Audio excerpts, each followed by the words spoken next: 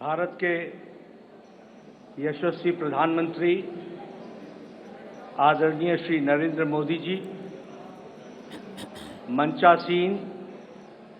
सभी वरिष्ठ मंत्रीगण, यहाँ उपस्थित हमारे भारत सरकार के मंत्रीगण, संसदीय बोर्ड के सभी वरिष्ठ सदस्यगण और हमारे पत्रकार मित्रों, आज इस संकल्प पत्र के लॉन्चिंग के अवसर पर हम सब लोग यहाँ एकत्र आए हैं और इस कार्यक्रम में हम सबको आदरणीय प्रधानमंत्री जी का संबोधन सुनने को मिलेगा और संकल्प पत्र अगले 2024 से हम किस प्रकार से देश की सेवा प्रधानमंत्री मोदी जी के नेतृत्व में करेंगे, इसके बारे में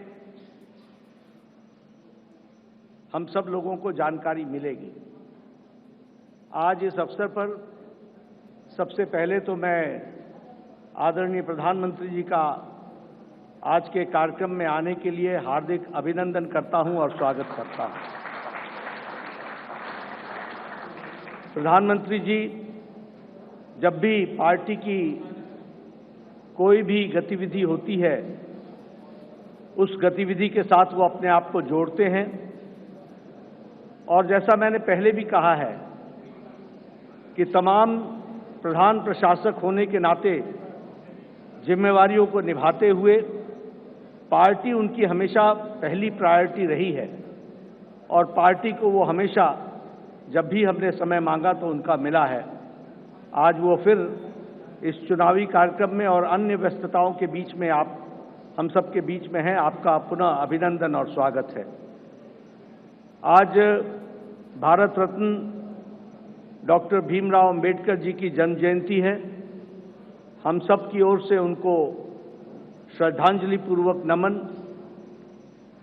और हम सब जानते हैं कि डॉक्टर अंबेडकर जी ने अपना सारा जीवन सामाजिक न्याय के लिए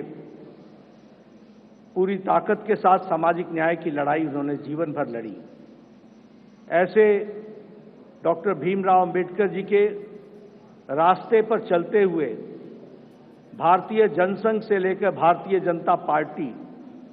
हमेशा इस विचार को और सामाजिक न्याय की लड़ाई सत्ता में रहे तो भी और सत्ता में न रहे तो भी हमेशा इस सामाजिक न्याय की लड़ाई को हम सब लोगों ने लड़ा है। हम जानते हैं कि आज संकल्प पत्र को लोकार्पण होगा, लॉन्चिंग होगी, लेकिन हम सबको यह भी ध्यान में रखना चाहिए कि भारतीय जनता पार्टी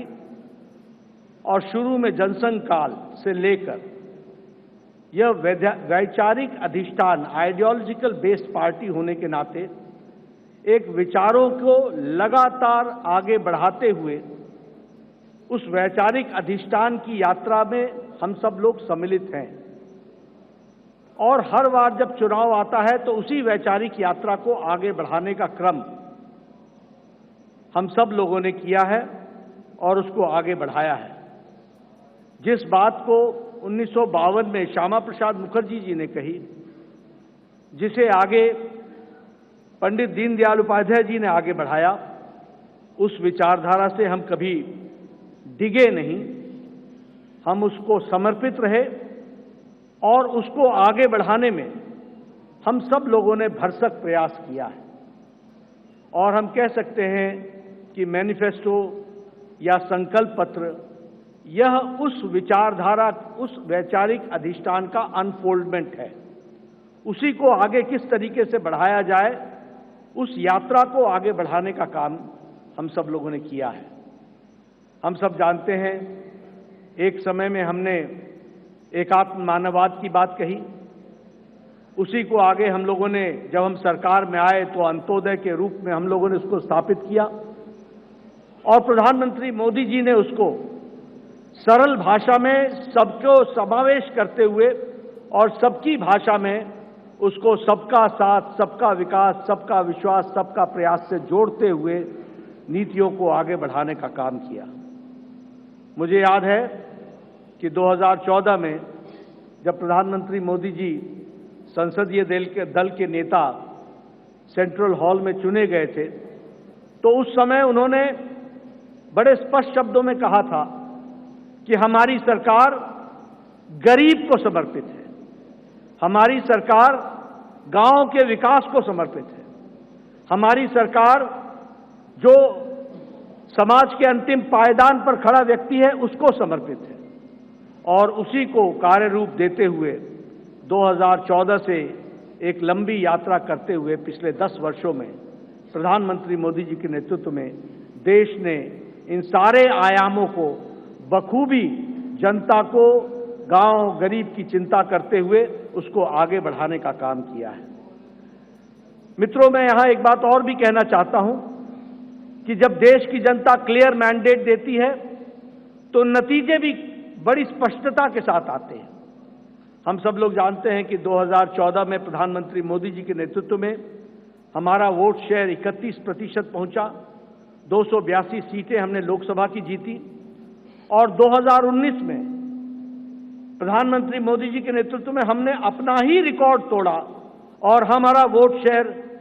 37.3% तक पहुंचा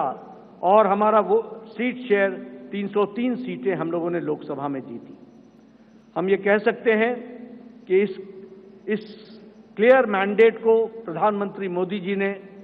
गांव के लिए, गरीब के लिए, वंचित के लिए, दलित के लिए,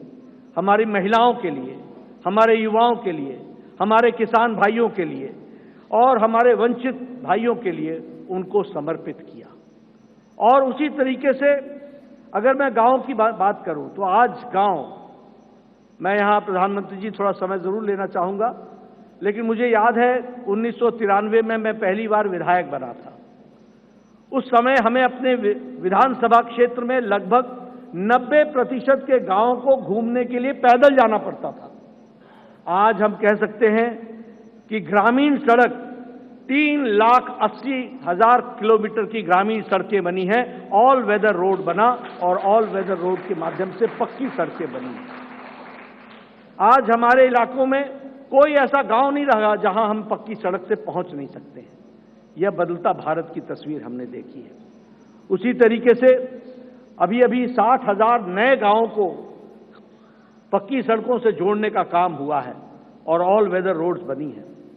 कभी हमने कल्पना नहीं की थी कि गांव का सशक्तिकरण होगा,